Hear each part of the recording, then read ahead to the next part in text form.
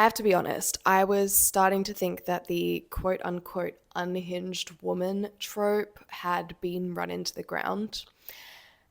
And then I read this book.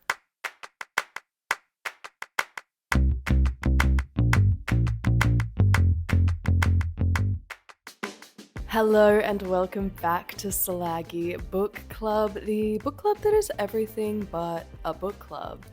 I'm Cameron, and in today's episode, I am going to be revealing my top 10 fiction reads of 2024. Part 1, because there's a lot to get through. In fact, there's 10 books to get through, would you believe? Guys, it was equally difficult and completely straightforward putting this list together, and I'm not going to tell you why, but the books that are in this list are absolute, without a doubt, top 10 bangers. There was no hesitation for me putting these books up there, for the most part. Now, before we dive in, I just need to say thank you so much to everybody who has been listening, watching, and supporting the Slaggy Book Club vodcast on whatever platform you use to consume. I wouldn't be here if it weren't for the fact that anyone listens, and the fact that you care what I have to say at all is insane to me, but here we are. If you have been enjoying the vodcast, please take a moment to leave a positive review, leave a comment. Whatever platform you're using has its avenue for rating this VOD. You know what to do, and you know the impact that it has. Thank you. Okay, friends, I'm not going to waste another moment. I am going to jump straight into my top 10 fiction reads of 2024 in no ranked order.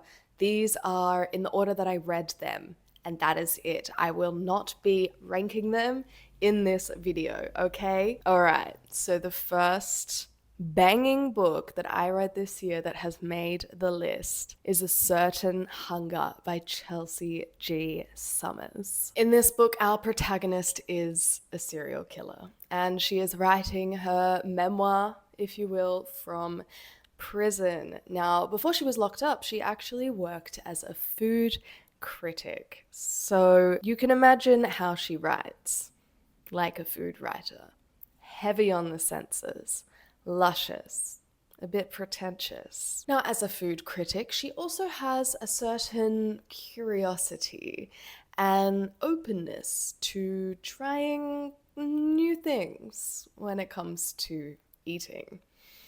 I'm going to leave it there and let you put two and two together. I absolutely freaking adored this book. Not only is the story like 100% entirely the kind of dark and depraved story that I love to read, but Chelsea's writing is delicious. It is really something else. Her humor is perfect. The way that she balances that with the disturbing, psychotic, psychopathic mind of her protagonist, it was such a joy to read. I was so completely immersed in this story, and I just did not want it to end. It's one of those books that wowed me from the first page and had me until the very end, and they are rare to find, but this really was one of them. And please, if you have seen the Australian/UK cover and made a judgment about this book, I, one, understand, and I would have done the same if I didn't know more about the book when I immediately heard of it, and I think I saw the US cover first. I probably would have overlooked the Australian UK cover as well. I implore you to ignore the bad design. Think of the US cover, associate that with the contents of the book, and trust me when I say that this is such a high quality read, and this is such a devastating disservice done by the chosen cover design in Australia and the UK. Please ignore it. please don't interpret that as being the vibe of the book. It's a cool cover. It's not hideous, but it does not complement the contents of this book. The US cover does. Please use that to gauge this story and just go and get this book, borrow this book, read this book. You will not regret it. I know that Chelsea has released another book or novella since A Certain Hunger, but it seems as though that was a smaller publication. Certainly isn't available in Australia, so I am interested to see what she is working on next. My next top 10 fiction pick will come as no surprise to some of you. It is indeed Evenings and Weekends by Oisin Mckenna. Now, this story is set during the hottest weekend of the summer of 2019 in London, and it follows three central characters: Maggie, Ed, and Phil. Maggie is pregnant with Ed's baby, but there is a chasm in their relationship. Ed has a pretty big secret that involves Maggie's best friend, Phil, and Phil is dealing with the fact that he is in love with his not exactly single roommate, Keith. Then there's Rosaline, Phil's mother, who has just been diagnosed with cancer. Also,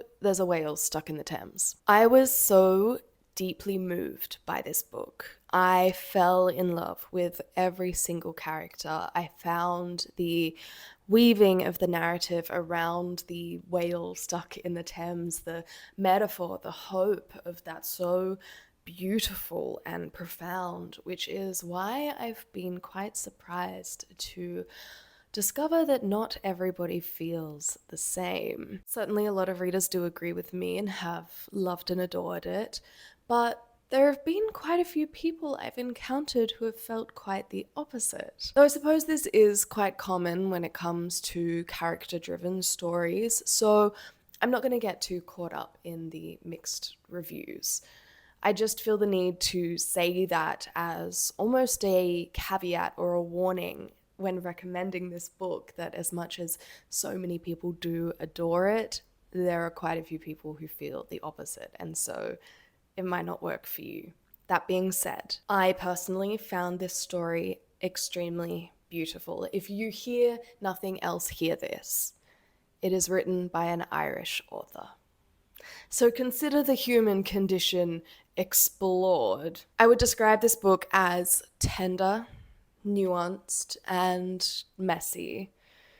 It made me cry, and it has lodged itself in my heart as a book that I won't forget and will recommend until the end of time. My next top 10 fiction read is the hugely popular Greta and Valdin by Rebecca K. Reilly. This story is set in Aotearoa, New Zealand, and it follows Russian Maori siblings, Greta and Valdin, as they navigate their chaotic family and their messy dating lives. The first and most important note about this book is that it is so funny. I don't often read books that make me laugh out loud, certainly not as much as this one did, but this book really made me realize just how much I appreciate that quality in a book. We love a bit of humor in our literature. I also adored the characters. They are so rich, so full of life, have such distinct, strong personalities, and I truly felt that they were real. The dialogue is extremely realistic and current in a way that isn't cringe, which is a very fine line to tread when you are immortalizing dialogue and lingo in writing. But Rebecca K. Reilly did a fantastic job, and I think especially the fact that this is set in Aotearoa, New Zealand, is so close to home, to Australia, that there are some really niche references there and some niche language that felt very, like I said, close to home, I suppose. I especially adored Greta. I think she was so gorgeous, and her observations of the world around her, the people she encounters, her own family even, and her reasons for doing and saying things were so relatable and so funny and so real. She does have a implied sense of neurodivergence about her, which most readers picked up on and praised the portrayal of. But I am nervous to point this out because there was this weird incident a few months ago where the author, Rebecca K. Reilly, took to her Instagram stories with snippets of positive reviews of her book where people had mentioned the implied neurodivergence of Greta's character and captioned the stories with these cryptic comments that kind of seemed like she was making fun or disagreeing, or they were very difficult to interpret. But it was just kind of like a generally strange thing to do as an author, to take positive reviews of your work and cut a part of them out and then like act like essentially like a high school bitchy bully about them, right? Like she was there snickering and nobody was really in on the joke, or like she was making fun of these reviewers somehow. Just like messy, strange behavior, and it did really put me off her and like made me hesitant to recommend her book. But despite that really strange behavior, I can't deny how much I loved Greta and Valdin. I have honestly recommended it hundreds of times, and I will continue to do so. It is such a fun and fresh take on the lost 20-somethings figuring life out trope that I famously have a pretty toxic relationship with. Our next book is, I think, probably one of this year's bestsellers, and a bestseller for a reason. It's All Fours by Miranda July. This book is about womanhood and passion and insecurity and delusion and desire and hormones. It follows a 40-something artist who sets off on a solo road trip for work, but doesn't quite make it to her location. In fact, she only makes it about 30 minutes out of her hometown before she gets distracted and stops at a motel in this small town off the highway. She becomes involved with some of the locals, spends thousands upon thousands of dollars on outrageous, self-indulgent projects, and gets experimental with her art, all while lying to her husband and child about her location. I have to be honest, I was starting to think that the quote-unquote unhinged woman trope had been run into the ground. And then I read this book. I really love the way that Miranda explored female desire in this book, especially in tandem with aging and specifically menopause. I feel like these are themes that I don't often read about in literature. And this book manages to be equal parts deep and smart, but also silly and ridiculous. Of course, we love to watch a woman upending her life and going off the rails and being a little bit ridiculous and crazy, but there was something very, I suppose, considered and I guess empowering about this particular story, and I do think that really was connected to the age of the protagonist and the kind of hormonal and bodily changes that she was experiencing, which, like I said, is not something that I'm used to reading very much in literature, especially in these unhinged woman stories. A lot of the time they are younger women. And so I think thematically there were very much some similarities there with two books that I love that I recommend. And if you have read those and liked them, then you should definitely read All Fours. And those are Night Bitch by Rachel Yoder and All's Well by Mona Awad. Our next book You know I had to do it. It's Intermezzo by Sally Rooney. If you've somehow managed to miss it, Intermezzo is a step away from Sally's previous works, a leap forward, if you will, in terms of maturity. Intermezzo, or Intermezzo, follows two semi-estranged brothers and the three women with whom they are romantically involved. Younger brother Ivan is an awkward, introverted, championship chess player and recovering incel who enters into a relationship with an older woman.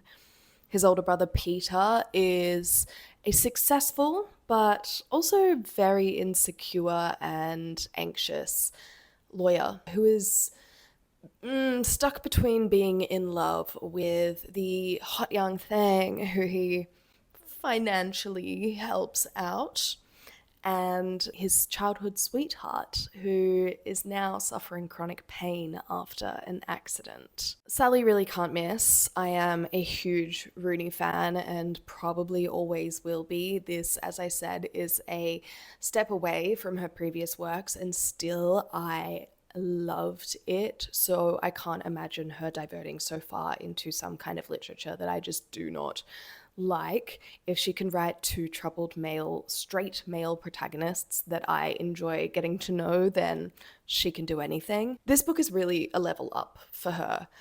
It's certainly her horniest novel to date. My God, is it steamy? Are these characters into each other? But she's really honed her writing as a craft. She obviously has a distinctive style. Some people love it, some people hate it. But she's really played with that in this book, and she changes the writing style in each brother's perspectives so that you can really delve deep into their psyche. The style of writing that she assigns each brother is so different and so stark, and really does create this shift in your mind where you are sucked into each brother and you really feel how different they are, how differently their minds work. And it is fascinating and unsettling and excruciating. These boys are, I mean, like I said, I was not that excited by the prospect of reading about two straight males, but these guys are troubled. You know, they have their demons. They are grieving the death of their father, and they cannot communicate with each other and think that they hate each other, and being inside of their minds is fascinating. And it's such an Irish trope, I feel, and we love it. The guys are sweeties. I couldn't help but fall in love with them. Friends, I'm going to end this video here. Part 1 of my top 10 fiction reads of 2024 is done. Stay tuned for part 2. The next 5 hopefully will come to you within the week. But let me know if you have read any of these books and if any of them are your favorites. And if not, what are? What did you love so much that it made it into your top 10 this year? I would love to know. But for now, I'm going to go and hold space for the lyrics of Defying Gravity and go watch Wicked. And I will see you in my next video. Love ya.